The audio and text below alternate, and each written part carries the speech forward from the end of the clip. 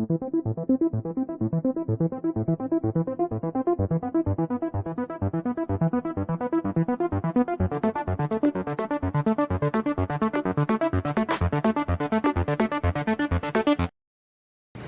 kembali lagi di channel Aquatronic Labs, masuk servisan dari Sukabumi, Jawa Barat. Dari Sukabumi, unit apa ini? Saya bongkar dulu.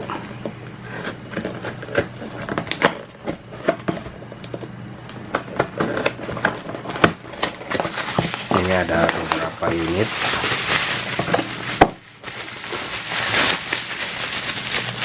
Ada Note 10 dan ada tipe Y12 ya. Yang ini keterangannya hanya terbaca MediaTek port only.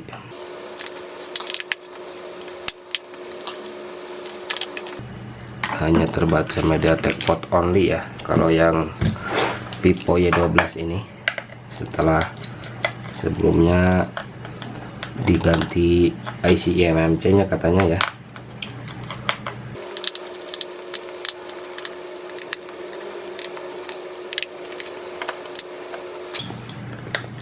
Saya coba konekkan ke PC apakah memang benar.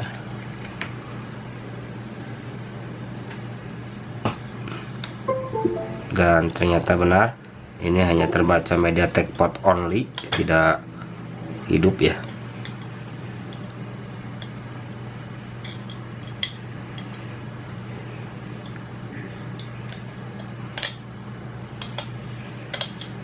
Ini Vivo Y12 tanpa IC eMMC. eMMC nya entah kemana ini hilang. Dan ini saya masuk ke tahap perbaikan aja. Mudah-mudahan unit masih bisa teratasi ya, karena memang ini eMMC nya hilang. Apakah PCB nya masih amankah? Saya masuk ke tahap perbaikan untuk Vivo Y12 ini.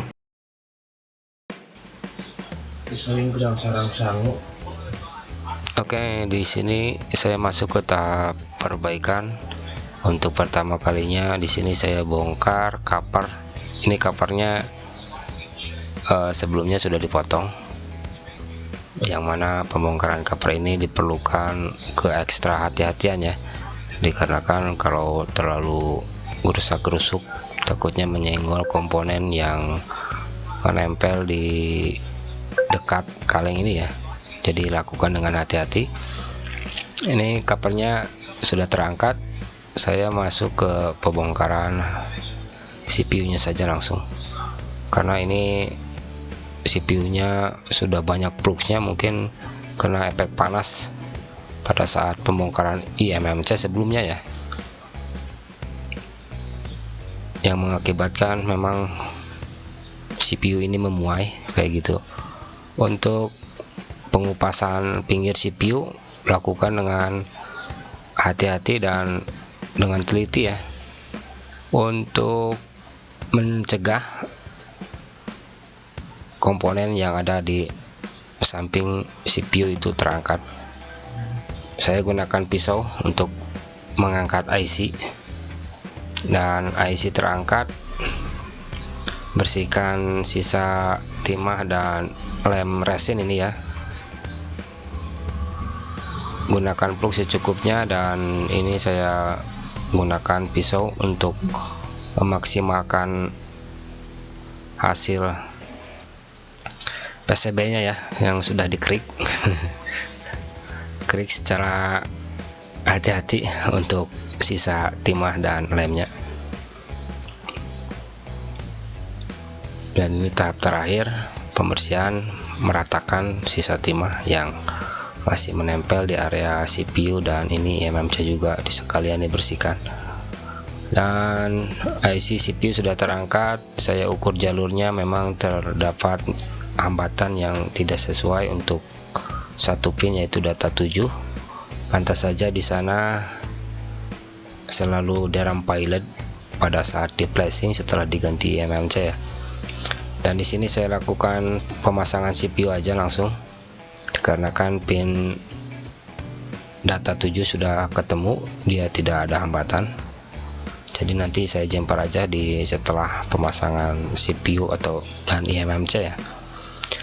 Ini proses pemasangan CPU menggunakan plug secukupnya dan manfaatkan garis untuk menempatkan CPU agar benar-benar presisi ya, tidak miring ataupun tidak salah posisi ya.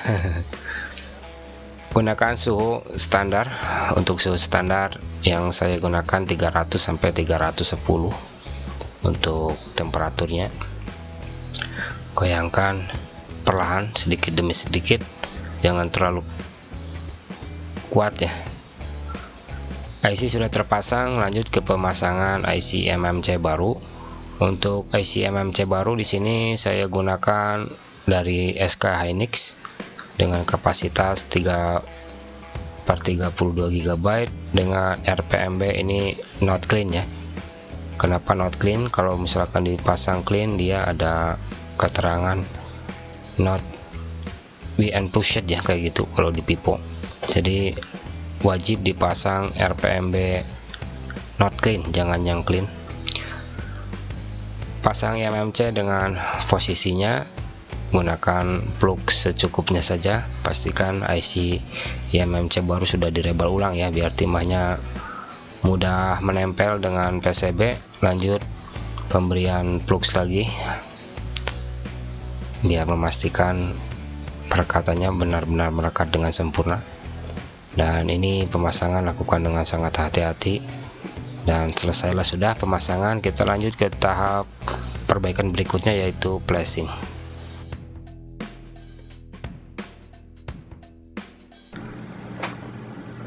Oke, dan di sini ya selesai melakukan perbaikan di pipo Y12 dengan kasus awalnya ini eMMC mati, dia hanya terbaca MediaTek port only. Setelah saya lakukan pendalaman di sini, saya ganti eMMC dengan eMMC baru karena ini bawaannya tidak ada ya.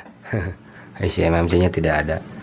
Setelah sebelumnya melakukan rebaling di seri MT6762P dengan mengecek jalur, ternyata ada jalur satu, ini jalur data 7 yang saya jumper ya, ini data 7. Kenapa saya jumper? Dikarenakan untuk pinnya di IC eMMC ini tidak ada hambatan. Setelah saya perdalam, tanya ke pemilik ataupun tangan pertama dari si pengerjaan ini yang mengerjakannya ya, ternyata setelah dipasang eMMC baru, keterangannya DRAM pilot kayak gitu ya. Oh iya, sudah.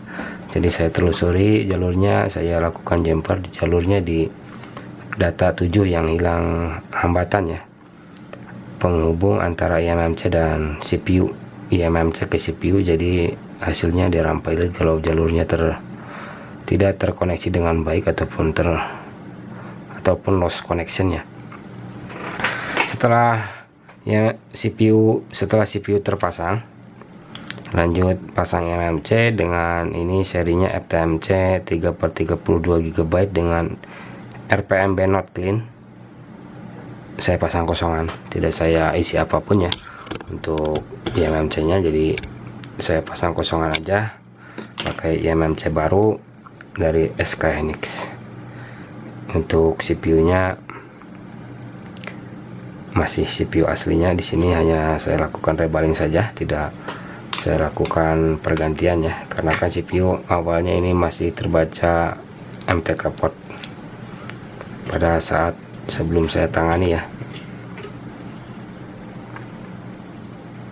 Ini saya amankan untuk jumpernya, takutnya kesenggol dia lepas.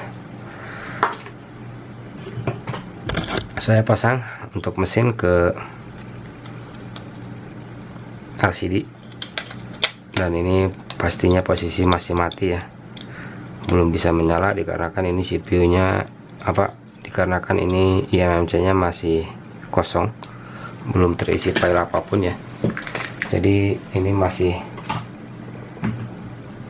mati. Untuk pengerjaan berikutnya di sini saya menggunakan tool Pandora Box. Ini saya gunakan Pandora Box biar pengerjaan bisa lebih cepat ya. Saya buka dulu Pandora Boxnya. Di sini Pandora Boxnya sudah terbuka ya. Saya lakukan pengisian firmware terlebih dahulu. Firmware saya masukkan PD 1901 EF versi 3213 ya. Ini firmware-nya sudah masuk, dan klik flash saja. Ini saya klik pilih download only dan write firmware. Ini write firmware berjalan sembari saya pasangkan untuk kabel data supaya bisa terbaca di Pandora Boxnya ya. Pandora sudah mulai membaca si unit ini. Kita lihat apakah ada RAM-nya masih pilot ataukah sudah normal kah. Sekarang DA sudah berjalan ya, artinya eMMC sudah terbaca dengan baik oleh CPU dan proses flashing berjalan. Kita tunggu proses flashing ini sampai dengan selesai. Intinya proses flashing berjalan, pemasangan sudah presisi ya, tidak ada kesalahan. Mungkin begitu saja. Kita tunggu sampai proses flashingnya selesai, lalu kita lihat apa perubahannya.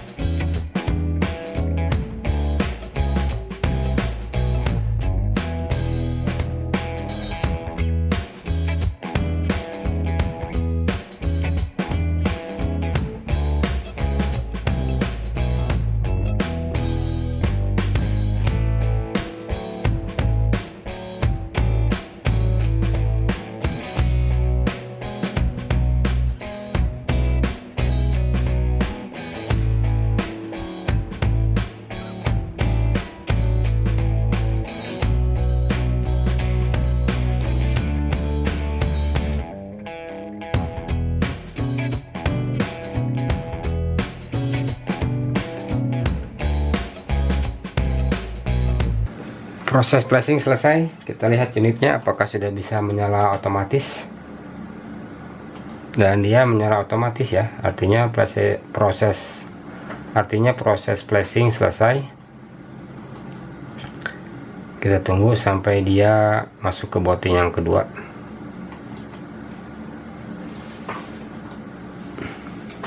Dia sudah masuk ke booting yang kedua. Kita tunggu sampai masuk ke pilihan bahasa.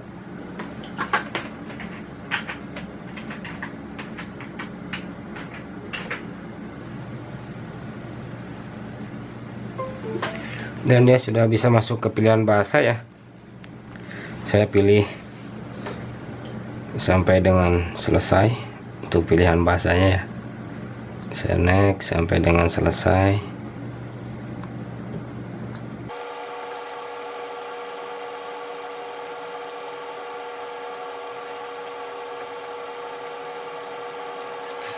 Dan selesailah sudah. Ini unit sudah bisa masuk ke menu utama ya. Saya lihat tentang ponselnya. Untuk RAM dan penyimpanan ini menggunakan 3/32 GB sesuai dengan eMMC yang saya pasangkan. Untuk nomor model ini Vivo 1904. Untuk emailnya ini masih kembar ya, nanti saya perbaiki. Untuk versi perangkat lunak ini sesuai ya, A3213 ya. Ini sesuai dengan firmware yang tadi saya isikan. Sekarang kita lanjut ke perbaikan email. Untuk email di sini tidak saya write secara manual ya. Tidak saya write secara manual. Saya lakukan writing via backup DAM. Tentunya DAM dari HP yang lain ya, karena yang ini DAM-nya tidak ada karena eMMC pun sudah hilang. Saya masuk ke tahap perbaikan email. Buka Pandora Box kembali. Ini emailnya masih kembar ya. Saya perbaiki untuk emailnya. Saya bongkar kembali baterainya. Dan untuk Pandora di sini pilih masih di tab flash restore from backup ya, pilih email yang ataupun npram npdata dari backupan ya. Ini sudah ada, dan klik select. Ini proses writing email lagi berjalan di Pandora Box. Saya konekkan Pipo Y12 ini ke Pandora Box sambil menekan volume atas sama bawah ya. Dan ini proses restoring lagi berjalan. Kita tunggu lagi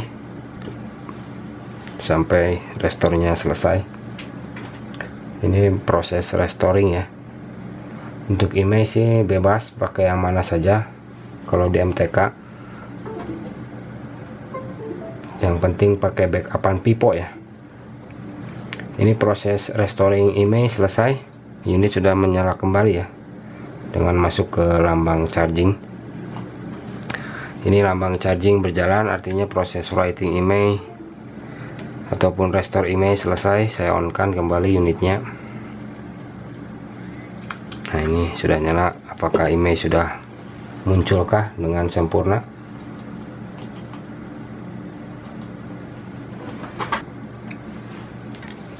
Ini dia sudah masuk ke menu utama kembali ya, ke lock screen. Saya cek emailnya apakah email sudah benarkah.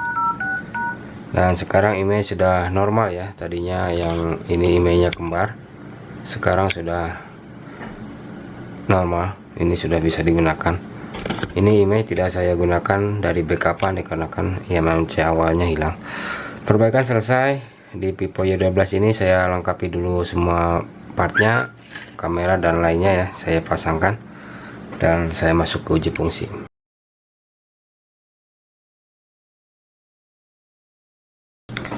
Ini untuk unitnya sudah saya lengkapi semua ya, untuk keseluruhan part.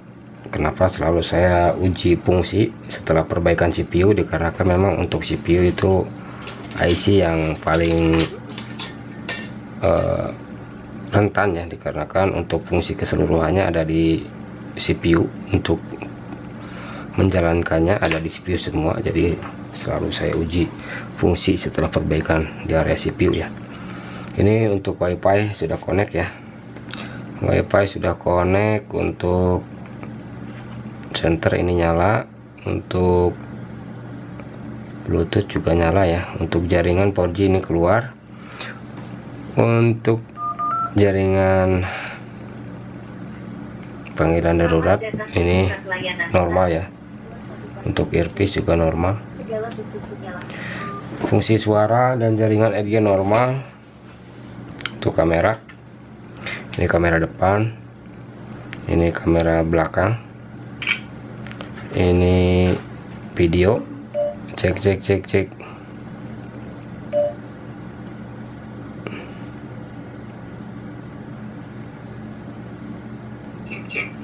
Untuk perekam video normal ya, berarti fungsi kamera dan perekam normal. Dan mungkin selesailah, semua sudah saya cek dan tidak ada fungsi yang bermasalah ya. Ini kompas juga jalan. Dan ini seri Pipo Y12 dengan perbaikan di repair CPU, jalur dan pergantian IMMC new.